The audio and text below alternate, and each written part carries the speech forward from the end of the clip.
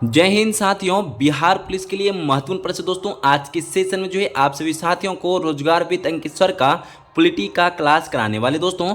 इससे पहले हम आपको 3 पार्ट अपलोड कर चुके दोस्तों। नहीं देखे दोस्तों तो 3 पार्ट को जाके देखिए और रिवीजन कर लीजिए, क्योंकि दोस्तों आप सभी को पता है रोजगार विद अंकित सर जो है वो प्रश्न उठाएंगे अपनी बुक में, जो कि आपको एग्जाम के पेपर में देखने को मिल सकता है। ठीक है, तो इसलिए कहेंगे दोस्तों अच्छे से पॉलिटी का आप लोग 3 जो है पार्ट को कवर कर लीजिए। इनके बाद चौथे वाला पार्ट को कवर कीजिए दोस्तों।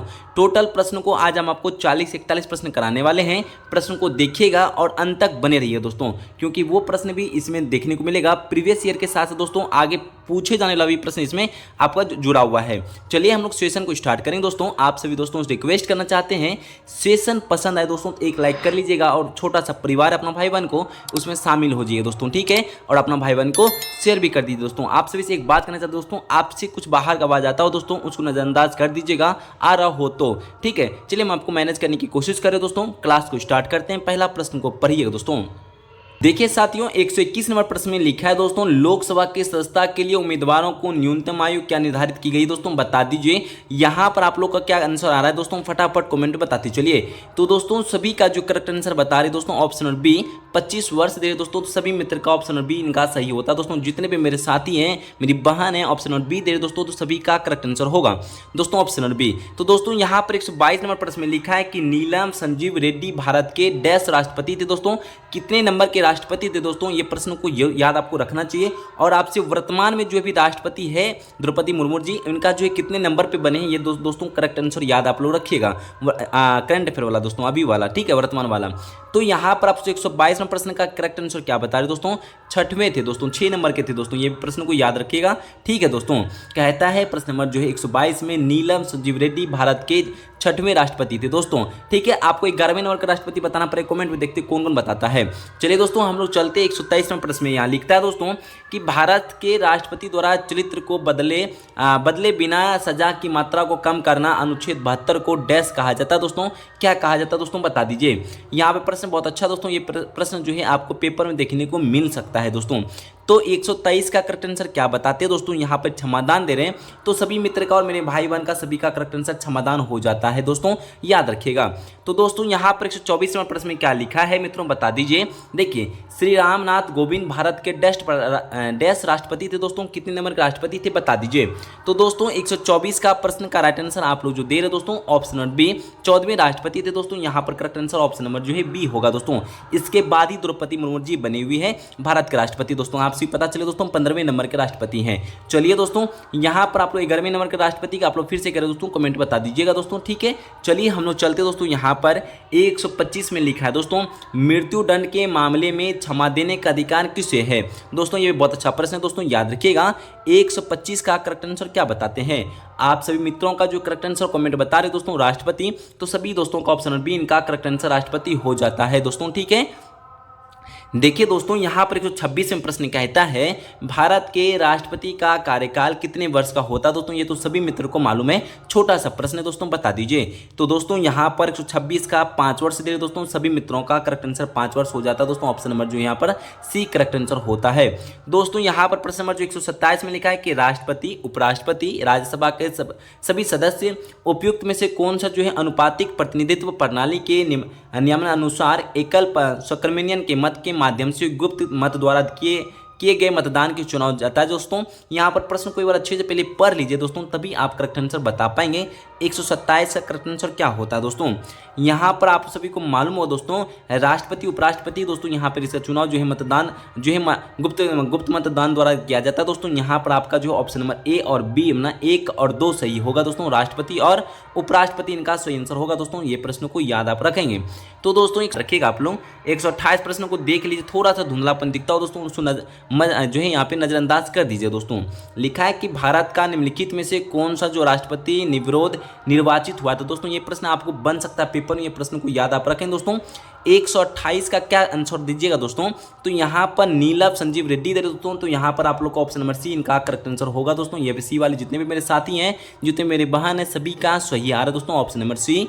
भारत का निम्नलिखित में से कौन सा राष्ट्रपति निर्वाचित हुआ था दोस्तों, यहाँ पर नीलम संजीव रेड्डी इनका सही आंसर होगा दोस्तों। यहाँ पर 129 नंबर प्रश्न को भी पढ़ लीजिए दोस्तों, बहुत अच्छा प्रश्न है दोस्तों। यहाँ पे प्रश्न लिखा है किस भारतीय राष्ट्रपति ने आयरिश स्वतंत्रता संग्राम में भाग लिया और इसके लिए जेल भी गए? तो बता दीजिए दोस्तों, यहाँ पर 129 का प्रश्न का राइट आंसर क्या दीजिएगा? यहाँ पर वीवी गिरी दोस्तों, यहाँ पर आप सभी का ऑप्शन नंबर ए इनका सही आंसर होता है, ऑप्शन नंबर ए। जितने भी मेरे साथी ऑप्शन नंबर ए दे रहे दोस्तों, सभी मित्रों और मेरी बहन का सभी का सही आ रहा है दोस्तों। ठीक है, हम आपको थोड़ा सा यहाँ पर आपको आवाज़ बाहर का आता हो दोस्तों, इसलिए हम आपको फटाफट बाहर का आवाज़ ना आए दोस्तों, इसलिए आपको कम समय दे रहे दोस्तों यहाँ पे क्वेश्चन देने जवाब देने का। ठीक है दोस्तों, यहाँ पर 130 में प्रश्न कहता है दोस्तों, देख लीजिए। लिखा है मित्रों कि राज्यसभा की विशेष शक्ति आशय का प्रस्ताव अपनाकर संविधान के अनुच्छेद डैश में दिया गया है। प्रश्न को ध्यान से पढ़िएगा दोस्तों। वह राज्य सूची में शामिल किसी भी मामले में संबंध में कानून बनाने के लिए संसद को सख्त बना सकता है दोस्तों। बता दिए दोस्तों किस अनुच्छेद में बताया गया है। प्रश्न को पहले अच्छे से आप लोग रोक लीजिए दोस्तों, तब आपको आंसर देना है कमेंट में। यहाँ पर अनुच्छेद 249 दे रहे दोस्तों। जितने भी मेरे साथी डी नंबर दे रहे आंसर, सभी मेरे मित्रों और मेरी बहन का सभी का सही आ रहा है दोस्तों, ऑप्शन नंबर डी। चलिए दोस्तों, हम लोग चलेंगे 131 नंबर प्रश्न को भी पढ़िएगा। यहाँ लिखा है मित्रों कि अनुच्छेद डैश के प्रावधानों के तहत लोकसभा और राज्यसभा की संयुक्त बैठक को राष्ट्रपति द्वारा बुलाया जा सकता है दोस्तों। यहाँ पर दो प्रश्न आपसे बनेगा दोस्तों। ठीक है, यहाँ पर कहता है दोस्तों, लोकसभा और राज्यसभा को संयुक्त बैठक के लिए कौन बुला सकता है दोस्तों? या ऑप्शन देगा स्पीकर, राष्ट्रपति, प्रधानमंत्री। तो लोकसभा का अध्यक्ष दोस्तों, यहाँ पर राष्ट्रपति ही टिक कीजिएगा दोस्तों। और यहाँ पे लिख रहा है दोस्तों किस अनुच्छेद के तहत बुलाया जाता है दोस्तों, बता दीजिए। तो 131 प्रश्न का दोस्तों 108 दे रहा अनुच्छेद, तो सभी मित्र का ऑप्शन नंबर सी होता है दोस्तों, option number C correct answer हो जाता है। सभी को याद रखना चाहिए दोस्तों। 132 में लिखा है दोस्तों, लोकसभा में जो है मतदान करते समय टाई की स्थिति में दोस्तों 5 वोट डालने का अधिकार होता है। बता दीजिए दोस्तों 132 का प्रश्न का राइट आंसर क्या दीजिएगा? यहाँ पर आप सभी का जो प्रश्न का जवाब आ रहा है दोस्तों, स्पीकर दे रहे दोस्तों, तो सभी मित्रों का ऑप्शन नंबर जो है बी इनका करेक्ट आंसर होता है दोस्तों, याद आप रखेंगे।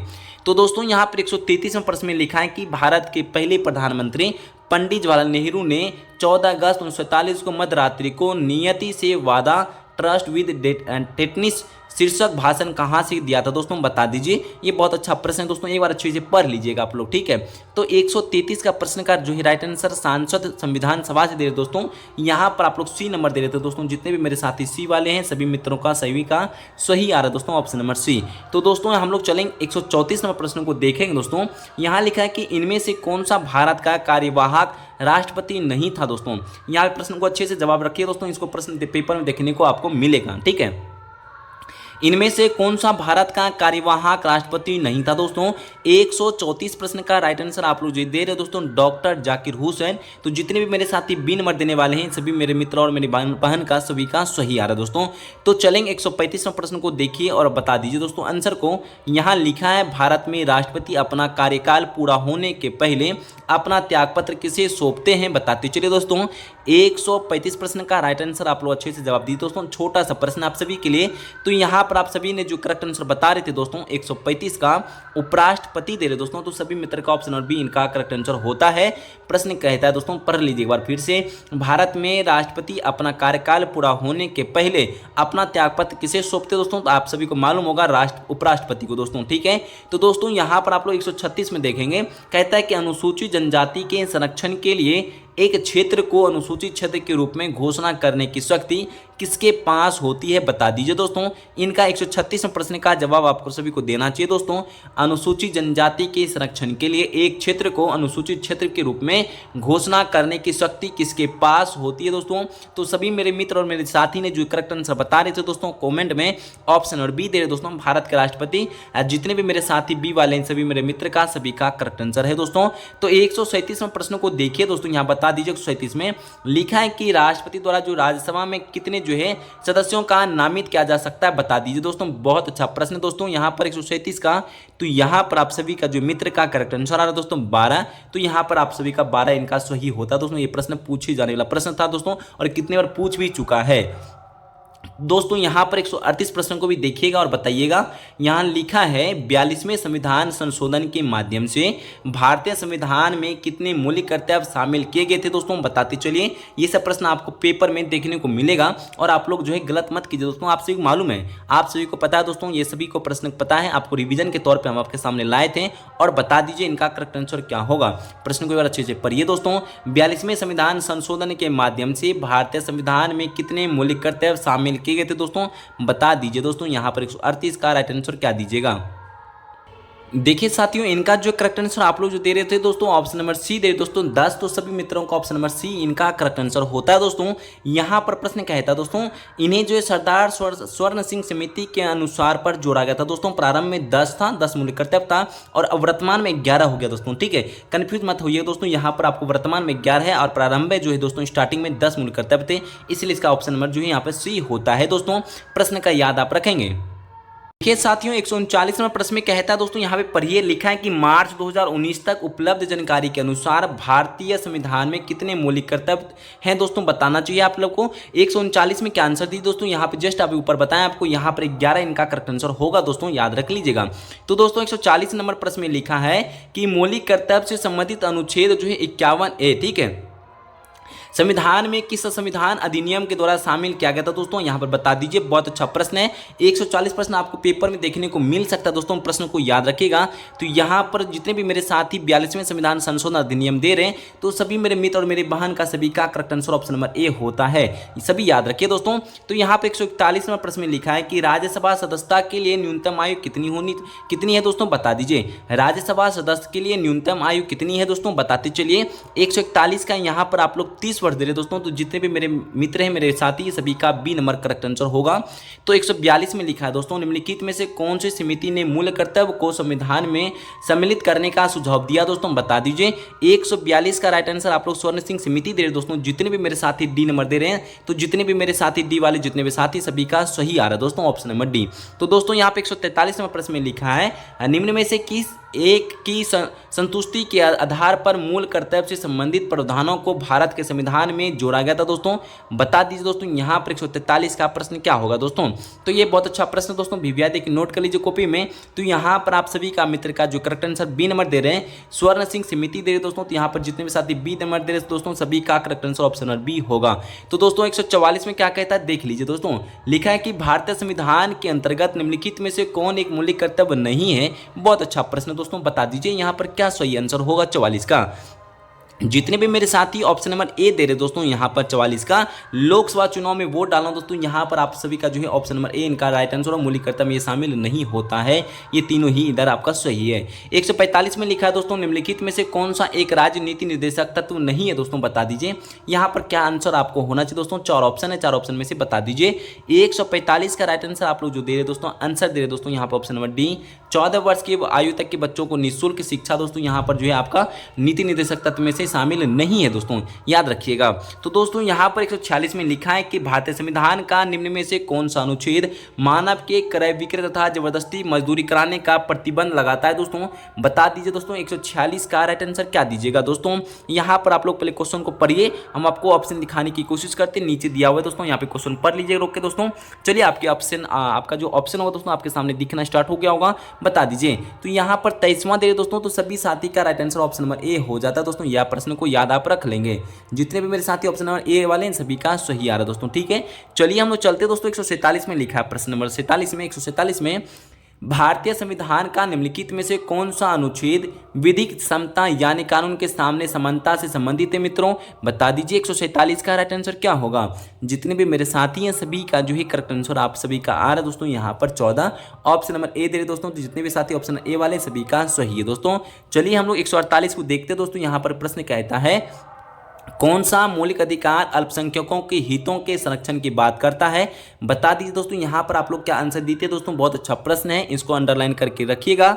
और 148 का राइट आंसर आप लोग जो दे दोस्तों, संस्कृति और शिक्षा अधिकार दे रहे दोस्तों, यहाँ पर सभी का ऑप्शन नंबर डी जो है करेक्ट आंसर होता है। जितने भी साथी डी नंबर दे रहे सभी का सही आ रहा है। कौन सा मौलिक अधिकार अल्पसंख्यकों के हितों के संरक्षण की बात करता है दोस्तों, संस्कृति और शिक्षा अधिकार दोस्तों। तो दोस्तों यहाँ साथियों 149 प्रश्न में लिखा है मित्रों, निम्नलिखित में से कौन सा उदाहरण संविधान स्वीकृति मूलभूत अधिकारों का उदाहरण नहीं है। प्रश्न को पहले अच्छे से पढ़िए, थोड़ा सा आपको लॉन्ग दिखता होगा दोस्तों प्रश्न को। 149 का प्रश्न का राइट आंसर आप लोग देते हैं दोस्तों, यहाँ पर ऑप्शन नंबर सी, माँ बाप की संपत्ति उत्तराधिकारी उनके बच्चों के होते हैं दोस्तों। यहाँ पर जितने भी साथी सी नंबर दे रहे दोस्तों, सभी दोस्तों का सही होगा दोस्तों। तो 150 में प्रश्न लिखा है दोस्तों कि मौलिक अधिकारों को लागू करने का जो संविधान ने किसे विशेष उत्तराधिकारी सौंपा। दोस्तों बहुत अच्छा प्रश्न है दोस्तों, इसको याद रखिएगा। 150 प्रश्न को नोट कर लीजिए कॉपी में, आप सभी को पता दोस्तों, फटाफट बता दीजिए। तो यहाँ पर मौलिक अधिकारों को लागू करने के लिए संविधान ने किसे विशेष उत्तराधिकारी सौंपा है? उच्च न्यायालय को। उच्चतम न्यायालय इनका जो है राइट आंसर सुप्रीम कोर्ट होता है दोस्तों, ये याद आप रखेंगे। ठीक है दोस्तों, यहाँ पर 151 प्रश्न में लिखा है दोस्तों भारत के प्रथम उपराष्ट्रपति कौन थे? दोस्तों बता दीजिए। यहाँ पर 151 का जो है राइट आंसर आप लोग क्या देते हैं दोस्तों? भारत के प्रथम उपराष्ट्रपति सभी को मेरे मित्रों को मालूम है, डॉक्टर एस राधाकृष्णन इनका राइट आंसर होता है, याद रखिएगा दोस्तों। तो दोस्तों यहाँ पर लिखा है 152 में कि लोकसभा या विधानसभा चुनाव में खड़े होने के लिए उम्मीदवार की आयु कम से कम 1.5 वर्ष होनी चाहिए। कितने वर्ष होना चाहिए दोस्तों लोकसभा या विधानसभा चुनाव लड़ने के लिए? तो दोस्तों 152 का प्रश्न का राइट आंसर क्या दीजिए दोस्तों? यहाँ पर आप सभी मित्रों का 25 वर्ष दे रहे दोस्तों। जितने भी साथी बी वाले सी वाले थे दोस्तों, सभी मित्र का सही होगा 25 वर्ष होनी चाहिए। तो दोस्तों 153 में लिखा है कि राज्यसभा के पदेन अध्यक्ष कौन होते हैं? दोस्तों बता दीजिए, बहुत अच्छा प्रश्न है दोस्तों। 153 का राइट आंसर उपराष्ट्रपति दे दोस्तों। राज्यसभा का आप सभी पता दोस्तों, इसका पदेन अध्यक्ष होते हैं उपराष्ट्रपति। ठीक है दोस्तों, इनका right answer option number B होता है। 154 प्रश्न में लिखा है दोस्तों लोकसभा में जो है शून्यकाल की अवधि अधिक से अधिक जो है कितनी हो सकती है? बता दीजिए दोस्तों। लोकसभा में शून्यकाल की अवधि जो है अधिक से अधिक कितने समय की होता है दोस्तों? बता दीजिए। और शून्यकाल का सबसे पहले भारत ने ही दोस्तों लाया है। ठीक है, 154 प्रश्न का राइट आंसर आप लोग 1 घंटा दे दोस्तों, तो यहाँ पर ऑप्शन नंबर बी इनका करेक्ट आंसर होता है मित्रों, याद रखेंगे आप लोग। 155 प्रश्न लिखा है कि भारत के राष्ट्रपति अपना त्यागपत्र किसे संबोधित करता है? बता दीजिए दोस्तों। 155 का राइट आंसर क्या दीजिएगा? बहुत अच्छा प्रश्न दोस्तों, यहाँ पर नोट करके बता दीजिए दोस्तों। यहाँ पर सभी का राइट आंसर होना चाहिए दोस्तों। ऑप्शन आपको 2 नीचे दिख रहा है दोस्तों, 2 आपको दिखाने की नीचे कोशिश करते हैं। देखिए इनका जो है राइट आंसर 155 का करेक्ट आंसर आप लोग उपराष्ट्रपति दे रहे दोस्तों, तो यहाँ पर ऑप्शन नंबर जो है यहाँ पर सी सही सभी का होता है दोस्तों। 156 में क्या लिखा दोस्तों, इनको पढ़ लीजिए। लिखा है कि प्रत्येक 2 वर्ष के बाद राज्यसभा के कितने सदस्यगण सेवानिवृत्ति हो जाते दोस्तों? बता दीजिए। तो 156 का राइट आंसर आप लोग जो दे रहे दोस्तों 1/3 हिस्सा दोस्तों, यहाँ पर ऑप्शन नंबर सी इनका करेक्ट आंसर होता है जितने वाले, साथ ही सी सभी का सही होगा दोस्तों। 157 में लिखा है उपराष्ट्रपति को अपना जो है कार्यकाल समाप्त होने से पूर्व अपने पद से हटाने का अधिकार निम्नलिखित में से किसके पास दोस्तों? बता दीजिए। 157 का राइट आंसर आप लोग प्रश्न को पढ़िएगा अच्छे से दोस्तों, तो जवाब अच्छे से दे दीजिएगा। तो यहाँ पर आप लोग राज्यसभा दे दोस्तों, जितने भी साथी ऑप्शन नंबर ए दे रहे दोस्तों सभी का सही आंसर आ रहा है दोस्तों। 158 में लिखा है दोस्तों लोकसभा की बैठक बुलाने और जो यहाँ पे सत्र वासना करने अथवा लोकसभा के भंग करने का अधिकार किसके पास है? बता दीजिए दोस्तों। यहाँ पर आपको 158 का प्रश्न का जो है ऑप्शन आपको नीचे दिखाते हैं दोस्तों, यहाँ पर क्या आंसर दीजिएगा दोस्तों? बता दीजिए। तो यहाँ पर 158 का प्रश्न का जो राइट आंसर दे रहे दोस्तों, यहाँ पे आप लोग राष्ट्रपति दे रहे दोस्तों, सभी का यहाँ पे राष्ट्रपति इनका सही आंसर होगा। तो दोस्तों यहाँ पे 159वें प्रश्न को देखिए, लिखा है कि सांसद दोस्तों सत्र किससे प्रारंभ होता है दोस्तों? बता दीजिए। संसद का जो सत्र है दोस्तों किससे प्रारंभ होता है? 159 नंबर प्रश्न को बता दीजिए। तो यहाँ पर प्रश्न काल से होता है दोस्तों, यहाँ पर बी नंबर इनका करेक्ट आंसर होता है मित्रों, याद आप रखेंगे दोस्तों। 160वें प्रश्न में लिखा है कि महान्यवादी की नियुक्ति कौन करता है? महान्यवादी की नियुक्ति कौन करता है दोस्तों? बता दीजिए। तो 160 का राइट आंसर आप सभी को मित्रों को मालूम है कि यहाँ पे होता है राष्ट्रपति दोस्तों नियुक्ति करता है, ये बात याद रख लीजिएगा ऑप्शन नंबर बी दोस्तों। देखिए साथियों 161 नंबर प्रश्न को देखिएगा, भारत के महान्यवादी की नियुक्ति किस अनुच्छेद में दोस्तों? बता दीजिए। 161 का प्रश्न को आप लोग याद रखते हैं दोस्तों, तो आपके पेपर में देखने को मिलेगा कंफर्म। तो 161 नंबर प्रश्न को बता दीजिए। अनुच्छेद 76A बता रहे दोस्तों, तो सभी का ऑप्शन नंबर सी सही होता दोस्तों। जितने भी मेरे साथी सी वाले थे सभी मित्र का सही है दोस्तों। चलिए आज आपको टोटल क्वेश्चन में से कितना सही कर पाए दोस्तों आप लोग जरूर बता दीजिएगा। और आप लोग को सेशन आज कैसा लगा दोस्तों बता दीजिएगा। थोड़ा सा दिक्कत हुआ है दोस्तों क्लास आने में, क्योंकि बाहर बहुत ज़्यादा आवाज़ आपको बजा दोस्तों, इस वजह से आपको यहाँ पे क्लास नहीं होने की वजह कल भी नहीं हो पाया दोस्तों, इसलिए आज आपको सामने लाने की कोशिश की दोस्तों।